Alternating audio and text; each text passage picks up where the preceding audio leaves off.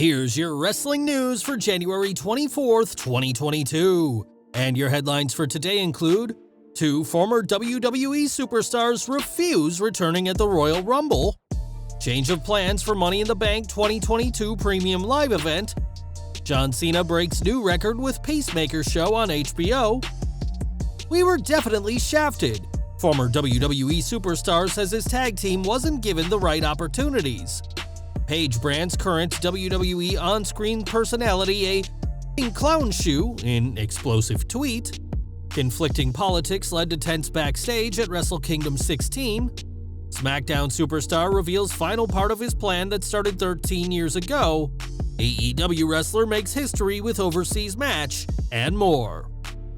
We are kicking off today with this Saturday's Royal Rumble, which will be headlined by the men's and women's Rumble matches. One massive problem for the women's match is that there simply aren't enough eligible main roster talent for the 30-woman match, thanks to the past 2 years of mass releases. That's why we're seeing the likes of SmackDown Women's Champion Charlotte Flair be entered into the match, as well as past superstars such as Impact Knockouts World Champion Mickie James, but not everyone working for Impact is sold on a Rumble appearance. Fightful Select reports that WWE offered 2 spots in the Women's Rumble match to the Inspiration, formerly the Iconics in WWE, but that the reigning Knockouts Tag Team Champions declined the invitation. There's no confirmation why the Australian tag team turned down WWE's offer, but they won't be appearing at this Sunday's Rumble event, despite the opportunity for a women's title match at WrestleMania 38 being on the line. The Royal Rumble isn't the only way a superstar can guarantee themselves a title match, as Money in the Bank is set to happen later this year, but the show may soon be moving dates. The current day for Money in the Bank 2022 is July 2nd, but Fightful's Sean Ross Sapp notes that WWE have been discussing moving the show to a different day because of a UFC event set to happen that same day. UFC will host their event from the T-Mobile Arena in Las Vegas on July 2nd, while Money in the Bank is currently scheduled to happen at Allegiant Stadium in the same city. Sapp adds that WWE has booked Allegiant Stadium for both July 2nd and Sunday, July 3rd, so it's entirely possible for the show to be moved to the Sunday to avoid competing directly with UFC. If the date is changed, it'll be announced before tickets go on sale later this year, and after last year's show saw Big E win the briefcase and John Cena's return, WWE will have their work cut out making the 2022 event bigger no matter what day it happens. Speaking of John Cena, the 16-time WWE World Champion continues to make a name for himself out of the ring, with John now donning the role of Peacemaker for DC Comics. After the success of 2021's The Suicide Squad, Cena now has his own series on HBO, which has become the best-reviewed entry into the DC Comics extended universe. On Rotten Tomatoes, the show has a 94% approval rating, surpassing the previous record of 93% held by 2017's Wonder Woman, and has received praise from everyone from casual watchers to celebrities like Kevin Smith and R.L. Stine. Cena recently said that he's nowhere near done in WWE and will return to the ring one day in search of that elusive record-breaking 17th World Championship reign, but for now, the WWE icon is doing very well for himself as Peacemaker on HBO.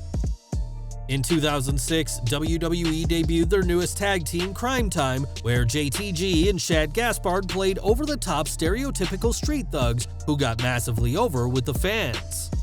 WWE were so aware of the use of stereotypes that they issued a statement on their website prior to the duo's TV debut, but despite their massive popularity with audiences, Primetime never won Tag Team Gold.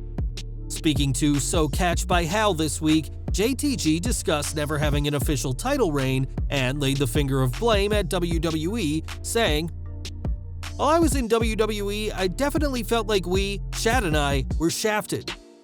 JTG added that although they never won the World Tag Team titles, that they remained consistently popular with fans, and that while WWE may decide who they want as champions, only the fans can decide who they root for.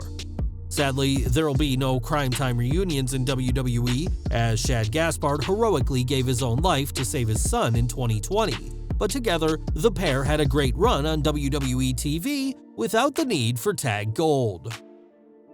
Back to the present, as Sonya Deville has been a focus of WWE programming ever since her return to television as an authority figure and has most recently had her sights set on Naomi. Now though, Deville has ticked off Paige, as the two had a heated Twitter exchange when the retired superstar called herself the greatest general manager in Smackdown history. This prompted Deville to remind Paige that she too is an authority figure, but Paige had no time for her absolution partner, calling Sonya a clown shoe and urged Naomi to beat up her boss on SmackDown. Deville vs. Naomi has been announced for next week's show, but time will tell whether it actually happens, as WWE have teased this match in the past only to have circumstances change. As for Paige, rumors continue to circulate that she'll be in the Women's Rumble match, which would be her first match in over 4 years if that does indeed happen, and if she does return, we expect she'll have an eye out for Sonya Deville. We've got some news from New Japan next, as this month's Wrestle Kingdom 16 was a 3-night show, with the first in Yokohama featuring both talent from New Japan and Noah. Promotions working together is nothing new, but this show was tense behind the scenes thanks to plenty of backstage politics. Voices of Wrestling reports that Noah accepted to lose more matches, as New Japan is a much bigger company, but on the condition that Taiji Ishimori and Yoshinobu Kanemaru, two former stars of theirs now in New Japan, lost. This was agreed to by New Japan's head booker Gedo, but only after agreeing that Ishimori wasn't pinned and that Kanemaru fell to a heavyweight.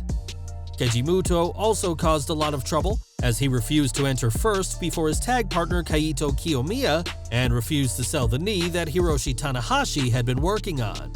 Despite all this, Wrestle Kingdom 16 proved to be a success for New Japan, but we doubt next year's event will see them team with Noah after all these backstage politics. Back to WWE, as Sheamus has had an incredible career in WWE since his main roster debut in 2009, but there's one last thing the former World Heavyweight Champion wants to do.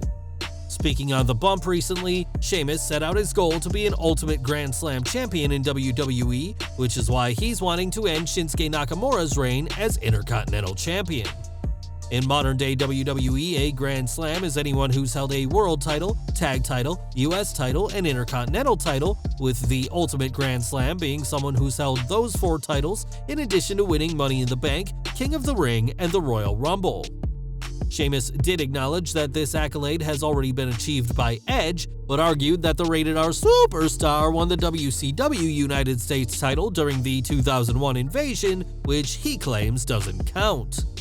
With Nakamura's reign being underwhelming to say the least, it may just be a matter of time before WWE puts the title on the consistent Sheamus, and if so, this will be a much bigger win for Sheamus than just adding another title to his trophy cabinet.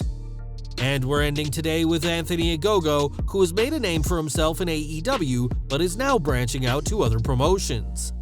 This past weekend, Ogogo made his debut for Progress Wrestling in the UK, and the Olympic bronze medal boxer had his first ever wrestling match at Progress Chapter 127 in London. London is the same city where Ogogo won his Olympic bronze medal back in 2012, and Chapter 127 took place exactly 100 weeks, or 700 days, since Progress last held a show with fans in attendance. Competing last weekend, Ogogo made history as the first contracted AEW wrestler to compete in the UK, but with the All Elite promotion making it clear they're looking to tour when the time is right, we doubt he'll be the last. Well guys, that's our news for today. Please share your comments below. Also hit the like button, subscribe to our channel, and hit the bell icon to receive all notifications. And as always, thanks for watching.